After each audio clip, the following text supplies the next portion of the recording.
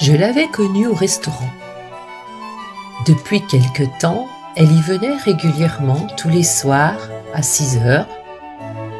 Mon désespoir, c'est qu'elle n'apportait à ma personne aucune attention. J'avais beau m'installer à une table voisine, me donner des airs aimables, lui rendre de ces menus services qu'on se rend entre clients. Rien n'y faisait. Pourtant, un jour qu'elle s'impatientait à frapper sur la table sans obtenir l'arrivée du garçon, je pris ma foi la plus indignée et je tonnai. « Vous êtes donc sourd, garçon? Voilà 2 heures que madame vous appelle. » Elle se tourna vers moi et me remercia d'un sourire.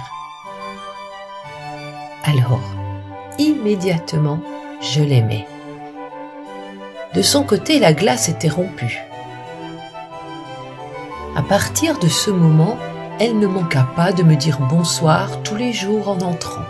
Un joli petit bonsoir gracieux et pimpant comme elle. Et puis nous nous devînmes bons camarades. Elle s'appelait Lucienne. Sans être une honnête femme, ce n'était pas non plus une cocotte. Elle appartenait à cette catégorie de petites dames que les bourgeois stigmatisent du nom de femme entretenue.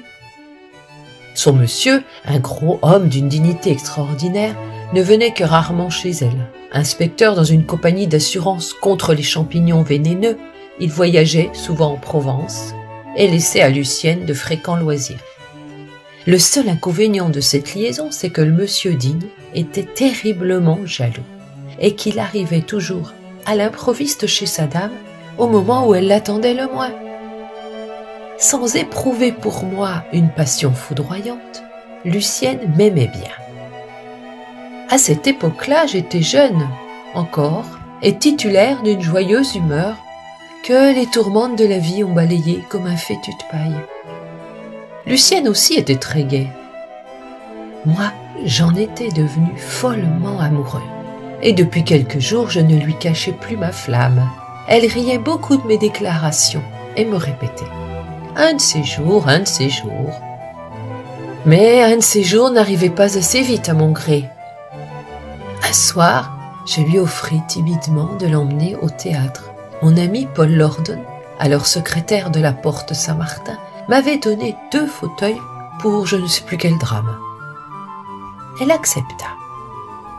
Après la représentation, dans la voiture qui nous ramenait, elle se laissa enfin toucher par mes supplications, et elle décida ceci.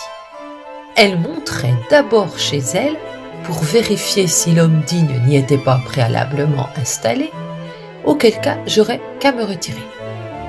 Si la place était libre, elle m'en donnerait le signal en mettant à la fenêtre de sa chambre une lampe garnie d'un abat-jour écarlate.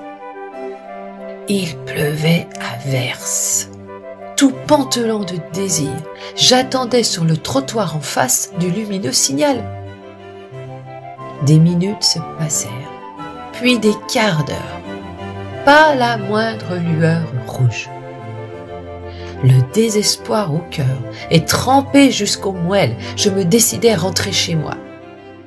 Ah, dans ce moment, si j'avais tenu monsieur, je lui aurais fait passer sa dignité. Le lendemain, je fus accueilli plus que froidement par Lucienne. « Vous êtes encore un joli garçon, vous » me dit-elle d'un ton sec comme un silex.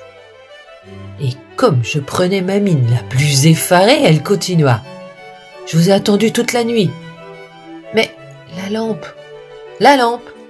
je l'ai mise tout de suite à la fenêtre, aussitôt arrivée. Je vous jure, madame, que je suis restée au moins 1 heure sur le trottoir en face et que j'ai rien vu. Vous avez donc de la mélasse sur les yeux? Je vous jure, fichez-moi la paix. » Et elle s'installa, courroucée devant son tapioca. Je devais avoir l'air très bête. Et puis, tout à coup, la voilà qui lâche sa cuillère et se renverse sur sa chaise en proie à un éclat de rire tumultueux et prolongé. « Oh, mon Dieu, que c'est drôle !» Peu à peu, son joyeux spasme diminua d'intensité, mais pas assez encore pour la laisser s'expliquer. Elle me regardait avec un bon regard mouillé des larmes du rire et tout réconcilié. « Ah, mon pauvre ami, imaginez-vous que j'avais pas pensé. À quoi, fis-je? À allumer votre lampe, peut-être? Non, c'est pas ça. Elle fit un effort et put enfin parler. Je n'avais pas pensé que la fenêtre de ma chambre me donne sur la cour.